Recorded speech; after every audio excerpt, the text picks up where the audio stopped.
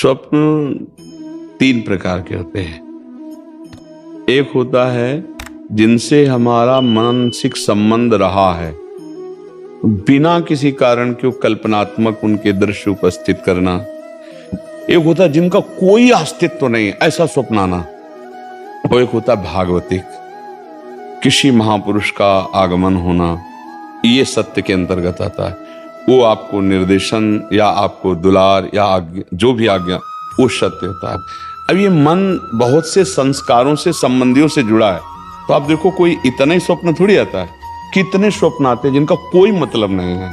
ऐसे ही ये परिवार के सने संबंधियों का जो आता है, उससे दुख सुख का लेना देना नहीं है। हाँ, ये जरूर है कि हम अपने जीवित अवस्था में कर्तव्य का उनके साथ पालन किया कि नहीं किया। अगर किया तो धन्य है, अगर नहीं किया तो अब कर लेना चाहिए। उनके प्रति नाम जप करना, उनके प्रति दान पुण्य करके उनको प्रदान करना। जैसे पिता है या पितामह है, ये हम यहाँ से जो भी दान पुण्य करेंगे, जो भी अनुष्ठान कराएंगे, वो ट्रांसफर हो जाएगा, उनको पहुंच जाएगा। ऐसा विधान है। इसीलिए परिवार में चाहा जाता है कि कोई हमारे हो जो कम से कम हमें दान कर सके, पानी दान कर सके, अन्न दान कर सके, या कुछ ऐसा। जैसे नहीं पिंड दान कहा जाता है कि भाई पिंड दान करने वाला तो कोई हो। तो आप अपने पूर्वजों के लिए जो किए हैं वो आपको पता है, व्यवहार कैसा किया है। अभी जो आप किए हैं वो पता है। अगर करने की कोई आकांक्षा ऐसा लग रहा है कि हमारे पूर्वज विपत्ति या दुख में है क्या, उनके लिए कर लेना चाहिए। श्रीमद् भागवत का संस्कृत से अनुष्ठान कराना, गौ ब्राह्मण संतों की भोजन आदि करा करके वो सब दान उनको कर देना, मंत्रों का जप करना या नाम का जप करके कीर्तन करा के उनको प्रदान कर देना। इससे उनका मंगल, जहां भी होंगे, जिस योनि में जहां भी, उनका उत्थान होने लगेगा, उनकी उन्नति होने लगेगी। ऐसा। और खास भगवान या भगवान के भक्तों के सिवा स्वप्न में जो कुछ, सब मिथ्या ही होता है। जैसे आप स्वप्न में देखते हैं मैं ये कर रहा हूं, मैं ये कर रहा हूं, तो कुछ होता है क्या? कुछ नहीं होता।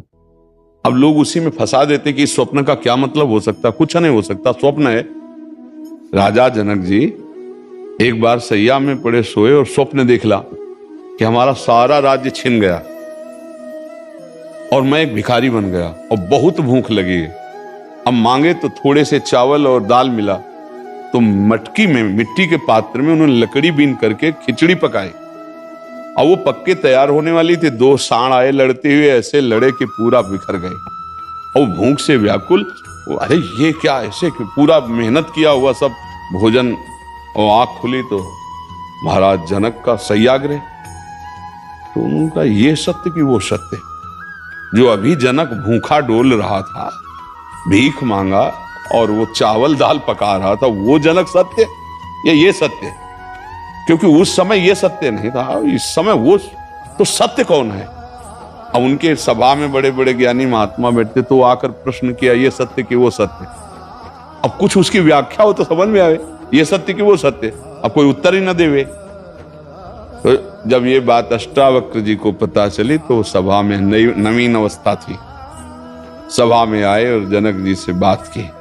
जनक जी ने पूछा कि ये सत्य कि वो सत्य? तो उन्होंने कहा, ना ये सत्य ना वो सत्य। उमा कहूं मैं अनुभव अपना, सत हरि भजन जगत सब सपला। सपना तो सपला है ही, जागृत भी सपला है, सत्य है हरि नाम।